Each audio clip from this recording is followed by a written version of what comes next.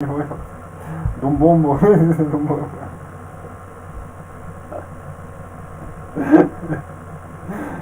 Нормально, нет. Сейчас я заблокирую день. Вот мне надо говорить. Бомбисто.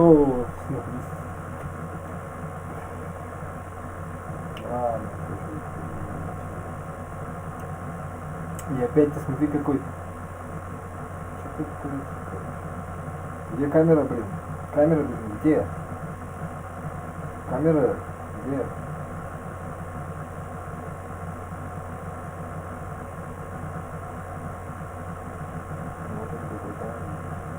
Спасибо, everybody. Выгоняет все время из эфира. Нет, что там это самое? Ничего не понимаю.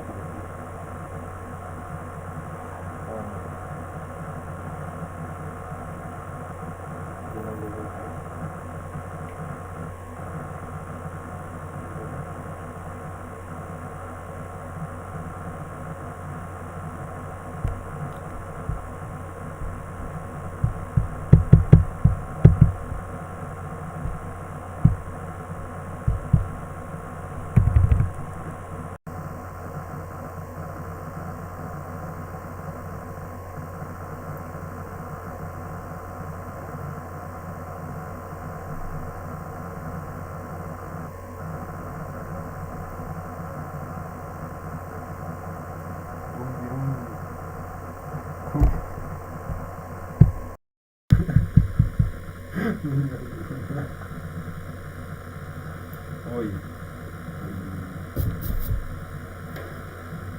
Ой.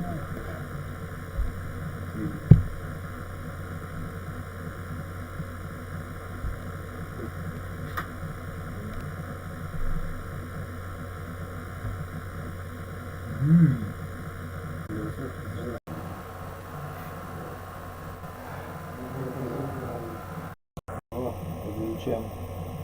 А вы что, можно так вот делать, правильно, что ли?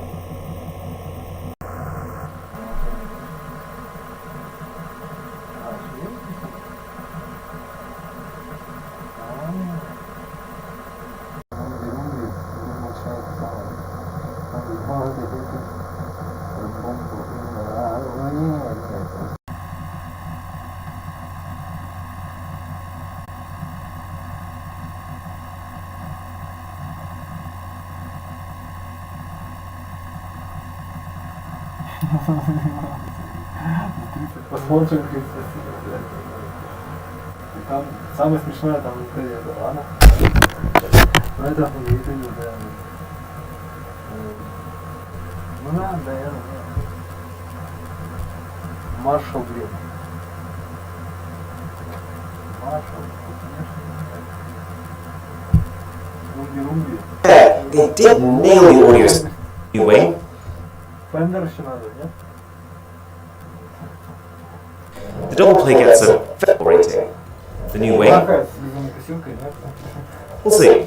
Okay, you might have heard of Marshall. They're an audio company, pretty well known for their headphones and speakers and guitar amps. But in 2015, they had the idea to build a phone. And to be fair, they did nail the audio side of things. It had a built-in DAC for lossless music. It had a software equalizer that would instantly work across all music services on the phone. And get this, not one, but 2 headphone jacks. It's just that they made this phone so music-focused that it basically became just like a really good MP3 player. The chipset sucked, it had 2 gigs of RAM, you wouldn't game on this, it had a very poor 8-megapixel rear camera, and a 2-megapixel front one that it's probably better if we don't talk about. This was the first phone that Marshall ever made, front one that it's probably very poor 8-megapixel about. This was the first phone that Marshall ever made, but the reception was so poor that it was also the last phone they ever made. So, very respectable, 4 out of 10 fail again for this one. Speaking of reception though, how about a phone with none? In 2012, the world was introduced to the Samsung Galaxy camera, with the tantalizing promise of full Android functionality, plus a full point-and-shoot camera feature set. And it did have impressive specs. Samsung gave this a sensor literally twice the size of its latest Galaxy S3 phone, and no less than 21 times optical zoom. That's still more than double what the absolute best Android phones can do today. Plus, running a camera on Android, that makes so much sense. You could take a photo, exit the camera app, and send it to someone on Gmail straight away. But the issue this thing had was that twice the size of its latest Galaxy S3 phone, and no less than 21 times optical zoom. That's still more than double what the absolute best Android phones can do today. Plus, running a camera on Android, it had a full Android functionality, plus a full point-and-shoot camera feature set. And it did have impressive specs. Samsung gave this a sensor literally twice the size of its latest Galaxy S3 phone, and no less than 21 times optical zoom. That's still more than double what the absolute best Android phones can do today. Plus, running a camera on Android, that makes so much sense. You could take a photo, exit the camera app, and send it to someone on Gmail straight away. But the issue this thing had was that it wasn't particularly good at either of these things. As a point-and-shoot camera, it was just average, and as an Android device, well, it couldn't make phone calls. So even though it could do almost everything your phone could do, the fact that it couldn't call means that you still got to keep a separate Android phone with you anyways, which kind of defeats the purpose. So, 4 out of 10 fail. It's one of those things that sounded really good in people's heads, but when it launched it had poor reception, in both senses of the word. I say that, but I would love to see something like this today, like the combination of modern-day computational photography with a proper camera-sized image sensor. That could be crazy. You've got to hand it to Samsung for experimenting though. Because just a year after that, alongside their Galaxy Note 3 in 2013, Samsung also dropped a curved variant of it, the Galaxy Round. This is crazy. It's the first phone ever with a flexible AMOLED display, but oh wait, no, it's just a Galaxy Note 3. But with a smaller battery, no S Pen, and a price tag 1.5 times higher. It was severely underwhelming. I think the concept has merit. Like, your hands are curved, your face is curved, why not build a curved phone?